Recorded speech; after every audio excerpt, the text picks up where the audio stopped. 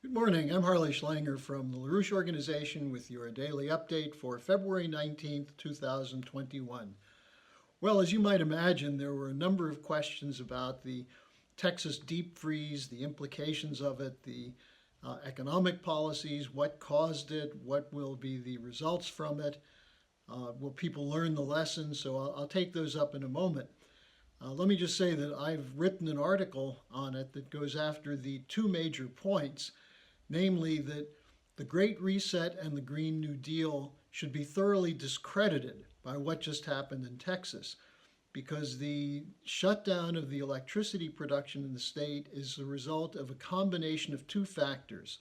One, the green policy of windmills and solar, which don't work under extreme conditions, are not reliable, they're inefficient. And secondly, the effects of deregulation, of privatization, two of the major aspects of the neoliberal economic policies that are adopted by both major parties in the country and are the policies of the Davos billionaires. So that article should be available in the next couple of days. Look for it on my blog site, and if you're not yet signed up for my blog site, you can find it at the LaRoucheOrganization.com. And of course, also you can find our report, The Great Leap Backward, which is LaRouche's take on the whole economic policy of the Green New Deal and the Great Reset. So those will be available.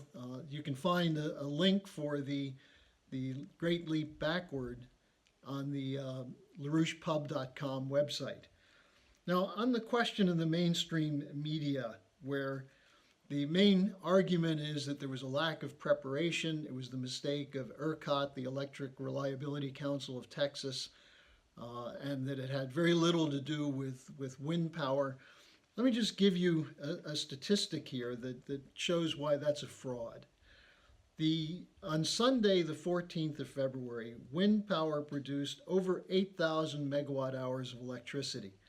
The next day, 649 megawatts. That's almost a 90% drop in the amount of electricity produced by wind power. Coal, by contrast, which produced 10,800 megawatt hours on Sunday, was down to 8,023 megawatt hours on Monday.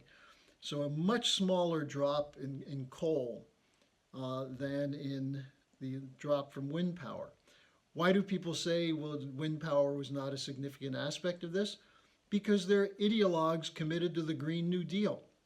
They don't want to admit that there are great, dangerous implications by going to lower energy flux density source of power, which is a crucial point that Lyndon LaRouche has made for years. That mankind has advanced by increasing the energy flux density of our power production. And by going backwards, you place not just strains, but you create an inability to provide for the power necessary to sustain a population on the planet. And when you see a state like Texas, which is an energy-rich state, going through this, you get a very clear picture of what that would mean if we have the Davos Great Reset and Green New Deal implemented internationally. Fortunately, there's a lot of opposition to it in countries such as Russia and China, but also in the United States. As President Trump was opposed to the Green New Deal, many Americans are now looking at Texas and scratching their head and saying, is this our future? Now, the other side of this, though, which most people are not getting, is the role of deregulation. And the last couple of days I've covered this. It's just important to note that what deregulation says is that market pricing, that choice, is what should determine what the policy is. In other words, whoever can make the most money from a policy will determine what the policy is. Shareholder values, as LaRouche used to label it and attack it as an incompetent approach to economics. I mean, the idea that you can make more money by cutting back on research and development, by cutting back on innovation, by cutting back on maintenance and things of that sort, which is not just a problem for energy, but a problem for all of infrastructure. Makes it clear that this model does not work. And it's made doubly clear in the case of California last summer with the rolling blackouts caused by the heat wave and in the cold front in Texas that we just saw. Now, this goes back to a question that came in about the Green New Deal. Isn't this besmirching the memory of Roosevelt's New Deal by labeling the Green New Deal? Let me just give you one example of how you can see the difference. Roosevelt's New Deal took on the corporate trusts. And one of the big areas of the corporate conglomerates was the interface between private banks and utility companies. This was targeted by the Public Utility Holding Company Act of 1935, which provided a basis for regulating electricity and took it out of the hands of the speculators in the banking sector who were withholding electricity from whole parts of the country. Roosevelt had the Rural Electrification, but he also had this Public Utility Company Holding Act, which dominated the advances in electrical production up until the most recent period. Deregulation attacks that. It says that choice is more important. Let the market set the prices. And that if you don't do that, then you won't have innovation.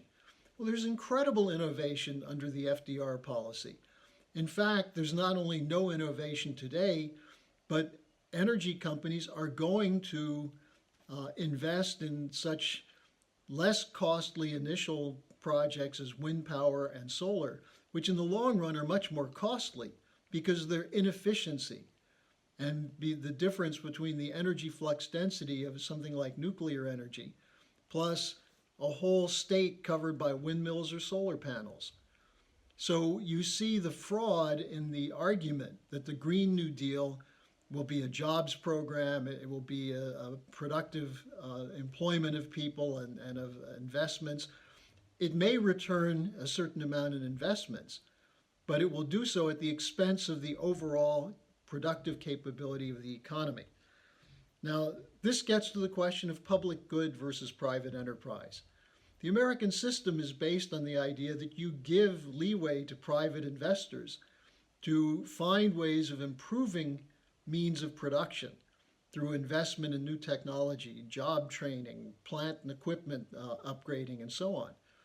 But with a deregulated economy based on neoliberal policy, if you can corner a market, you can use your monopoly to sustain your profit while not reinvesting, while not improving productivity. In fact, productivity goes backwards. We've had very little productivity gain in the United States since the late 60s, early 70s.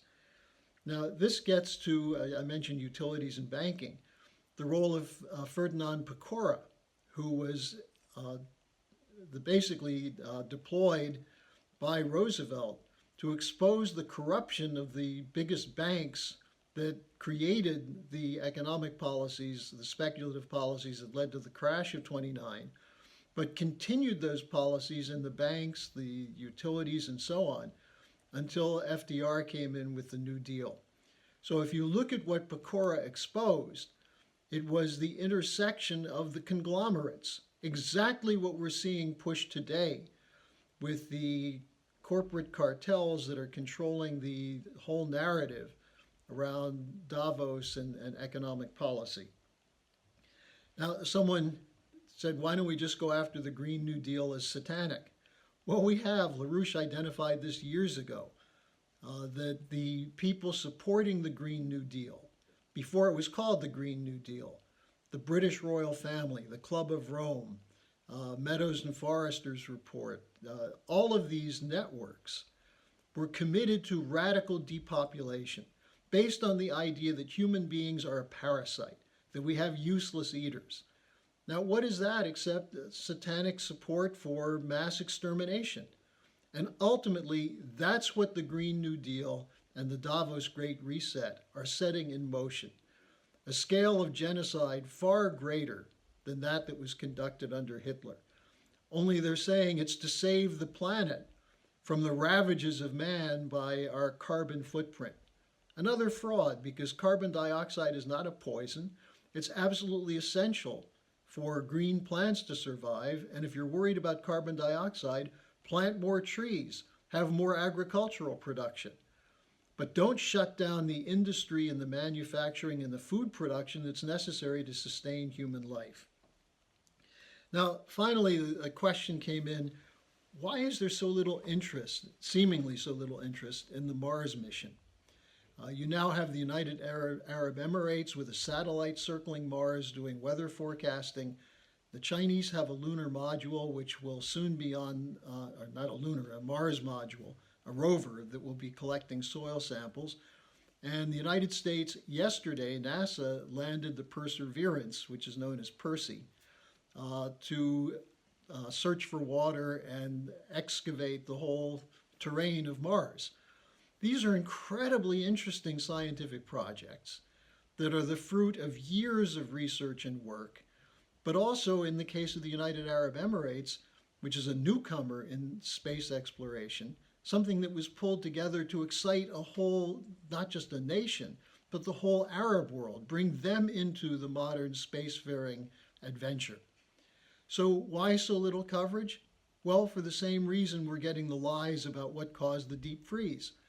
If you're committed to a future of an earthbound population that increasingly narrows its focus to its own neighborhood, to its own littleness, its own ethnic and religious and racial identities, as opposed to a human species going out to explore the universe, you don't want people excited by the prospect of space exploration as an opening of the future to children today who, unfortunately, as a result of the lockdowns and everything else, are not getting access to the kind of education that they need to inspire them to pursue these questions of what's the expanse of our universe? What does it mean to them that we now have these missions? So this is part of the fight for a human identity. And it's a fight which is not just an economic battle, but a cultural fight. And if you look at what children are being fed now in the culture, from TikTok to rap to all kinds of degenerate forms of video games, what we're seeing is a deliberate attempt to destroy the concentration span of youth and to inspire them to look to their belly buttons, to look to sensual experience for pleasure, as opposed to exploring through their imagination the great expanse of the universe and man's role in it. This is a fundamental different concept about the nature of man. The idea that we are sensual beings only goes back to Aristotle, goes back to the attacks on the Platonic conception of human creativity, and is the hallmark of the destruction of education by empiricism and positivism of the 19th century, which now dominates education in the United States and the world, except in places like China, Russia, and where there's a return to the classical tradition, where such questions as the nature of man in the image of God exploring the universe is at the center of education. So we have a fight on our hands. It's time we win this fight. I'd encourage you to join our movement, join the LaRouche organization, make a contribution, look at the special report we have on the Great Reset, and take seriously your responsibility as being a source of new ideas for those around you, to inspire them, to turn off their television, get out of their video game culture, and actually look at what it means to be human at an exciting moment of opportunity such as this. So thanks for joining me today. Have a good weekend, and I'll see you next week.